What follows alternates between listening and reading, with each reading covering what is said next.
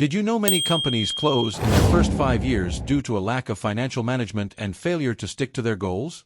Today, we'll tell the story of an entrepreneur who, on the brink of bankruptcy, discovered that success lies in what you aim for and how you make it happen. Get ready for information that can change your perspective. Now, listen to Tito's message. Without excess. Always seek sobriety and naturalness. Artificiality not only distorts perception but also creates unnecessary strain on your team and resources. Be sober and authentic in everything, from your furnishings to your demeanor and your company's culture. If you try to show more than you really are, you end up getting lost in superficiality. Success is in what is genuine and well-founded. Today, we're going to explore how this truth transformed the life of one man and everyone around him. Stay with us, as Apollo will bring a story that proves, less is more, and the essential is invisible to the eyes. Vitor, at 32 years old, was a successful entrepreneur, or so it seemed. His company, Woods & Dreams, specializing in custom-made furniture, was celebrating 9 years in the market, with 40 employees and a solid reputation built over the years. The numbers were, at first glance, in the right place: an enviable portfolio, loyal customers, and a growing presence on social media. However, what few knew was that, behind the scenes, there was a much more complex and distressing reality. The numbers, far from positive, were becoming a prison. The cash flow hadn't balanced for 2 years, and debts were accumulating every month. Suppliers were pressuring him, demanding overdue payments, and Vitor, stressed by the urgency of the situation, began paying salaries using personal loans, in an attempt to maintain appearances and ensure the company's stability. The weight of the financial crisis became a burden that was increasingly difficult to bear. But there was something even more devastating: the existential crisis. Vitor, the dreamer who started everything with a small woodworking shop, now saw himself as a figure distant from the person he was. Today, he's a man who looks in the mirror but doesn't recognize his own reflection. He was an actor on a stage that was falling apart. That man, who once breathed life and passion into his work, was now buried in uncertainty and pressure. Each day seemed like a burden, each decision a risky gamble. The constant pressure turned into sleepless nights and days that seemed to drag on. The breaking point came with a letter from the bank. His line of credit was cut, and Vitor was left with no possibility of credit to save the company. Without working capital, in debt up to his neck, he was faced with a dilemma: close the doors and admit defeat, or move forward with a radical and unguaranteed decision. It was then that he remembered his grandfather's words: "Son, when nothing is left, the truth is." He knew that, after so many years of pretense, he needed to face the harsh reality. There was no more room for disguises. If there was anything positive, it was the fact that he still had the essential: his team. Vitor decided he could no longer live in the shadow of appearances. He called a meeting with all the employees, without frills or empty motivational speeches. "We are sinking," he said, his voice faltering slightly, but firm. "But we're going to try one last move: cut everything that isn't essential." It wasn't just a catchy phrase. It was a risky proposal, an attempt to save what was left, focusing on what really mattered. The first cut was the most painful: the luxurious office in the city center. That space represented everything Vitor had achieved until then: sophistication, status, success. But he knew it no longer made sense. The company needed a radical reinvention. Vitor sold the designer furniture, the office was vacated, and in its place, he rented a small house next to his production warehouse, which was on the outskirts of the city. He took his team there and declared, "If we're going to sink, let's be together and with dignity." It was the beginning of a transformation not only financially, but also of his personal mindset and the company. What seemed like a difficult decision proved to be liberating. Vitor began to eliminate invisible costs, those expenses that went unnoticed but consumed resources in an unsustainable way. He canceled subscriptions to software he rarely used, eliminated expensive lunches with clients who brought no return, and even replaced the capsule coffee machine with a simple drip coffee pot. Each of those cuts represented an act of courage, but also of humility. He was willing to lose what seemed essential to save what truly mattered. The biggest challenge, however, wasn't financial. It was the cultural shift within the company. Vitor had to learn to take off his masks and admit his failures.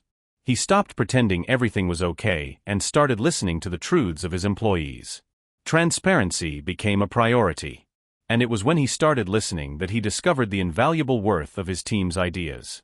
Maria, from production, suggested creative ways to reduce waste. John from the warehouse, new cheaper suppliers, and Anna from cleaning, revealed an unknown talent for sewing, offering the idea of creating a furniture line using fabric scraps. Each new idea brought a breath of hope and revealed the strength of the collective. However, there was still a persistent fear. Vitor worried that his vulnerability would be seen as a weakness, and that the transparency of his financial situation might drive customers even further away. But he knew that to survive, an even bolder step would be necessary, changing the way he viewed his own business. 8 months later, the company still wasn't making a profit, but at least it was breathing. The renewed breath didn't come from the financial results, but from the new culture of honesty and collaboration that was forming. Then, a new client asked Vitor to get involved in a social project, furnishing a neighborhood school with a very small budget. Although it was a contract that would likely bring no financial benefits, it had a great symbolic weight for Vitor. Accepting that project was for him an act of faith. He knew that by making the commitment, he was not only connecting with his company's mission, but also challenging himself to fulfill a promise of renewal. Vitor made a clear proposal to his employees regarding the needs: work on the weekend to fulfill the commitment and the delivery. Everyone accepted the additional workload. At the delivery, as the happy children embraced the furniture as if it were treasure, Vitor felt something transform within him. The last move wasn't about surviving, but about being reborn with a renewed purpose. He realized he was doing more than saving a company, he was rebuilding his own soul. A year and a half later, Woods & Dreams had not only paid off its debts but had also launched a line of sustainable furniture, made from reforested wood. The employees, who were once just collaborators, now became minority partners, sharing the profits and challenges of the company. Vitor no longer owned a luxury car or a facade of opulence, but he had gained something much more valuable: a team that believed in him, and a community that saw him as an example of resilience. Sobriety is not poverty, he told a local newspaper during an interview. It is freedom. The freedom to be who you are, without masks. Looking back, Vitor realized that the true transformation did not happen in his finances, but in his personal preparation. He finally understood that success does not depend only on external achievements but on the ability to deal with adversity, to listen to criticism, and to seek strength not only within himself but also in the divine guidance that accompanied him in every decision. The acceptance of criticism, which used to paralyze him, now became a tool for growth and evolution. He promised himself not to deviate from the company's real needs again. We saw in the story Apollo told us that Vitor, enthusiastic about the development of his woodworking shop, dispersed his efforts into goals that were not the company's. We find guidance against waste in the Word, such as in Luke chapter 16, verse 10, "Whoever is faithful in little, is also faithful in much." This passage echoes Vitor's decision to start valuing the essential. Jesus teaches that integrity in small things prepares you for greater responsibilities. By cutting excesses, Vitor not only saved resources but proved that faithfulness to principles, even in difficult times, attracted unexpected blessings. The furnished school was the little that became much, a new market and a rebuilt reputation. We find in Proverbs chapter 11, verse 1, "The Lord detests dishonest scales, but accurate weights are his delight." The dishonesty here is not only financial but existential.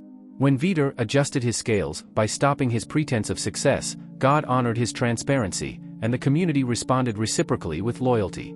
The accurate measure, in this case, was authenticity. In Matthew chapter 6, verses 19 to 21, "Do not store up for yourselves treasures on earth, but store up for yourselves treasures in heaven." Vitor exchanged his earthly treasure-like status and appearances for the celestial, which are good purposes and relationships with the neighborhood and with collaborators. The furniture for the school was his treasure in heaven, an investment in eternal values that yielded earthly fruits. Now, Apollo will lead us to reflect: how can we apply these lessons to our own crises? The answer may be closer than we imagine. Vitor's story invites us to an uncomfortable question: how many masks do we wear daily? We live in an era that confuses success with visibility. But true prosperity, as we have seen in the scriptures, is born from integrity. Vitor didn't save his company alone, he allowed the truth to save him. By eliminating the artificial, he created space for the genuine: Maria's creativity, John's loyalty, the hope of the school children. This is sobriety in the courage to be sufficient. The biblical passages do not condemn wealth but the dishonesty that surrounds it.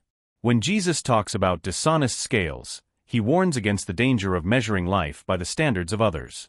Vitor learned that much is not about having more, but about being more. And for you, what would be ideal to eliminate from your life to find the essential? We will continue to talk and improve in our meetings. In the description, you can find an interesting sociological approach to what was presented in this video. If this video resonated with you, help us carry this message forward. Don't forget to subscribe and hit the bell to not miss our weekly reflections. Your comments are our fuel. Share your own stories of sobriety and transformation. Together, we can build a community that values the genuine. Use this video to help someone who needs to hear these words. We're so glad you came here, so we can offer you another video that is now on screen.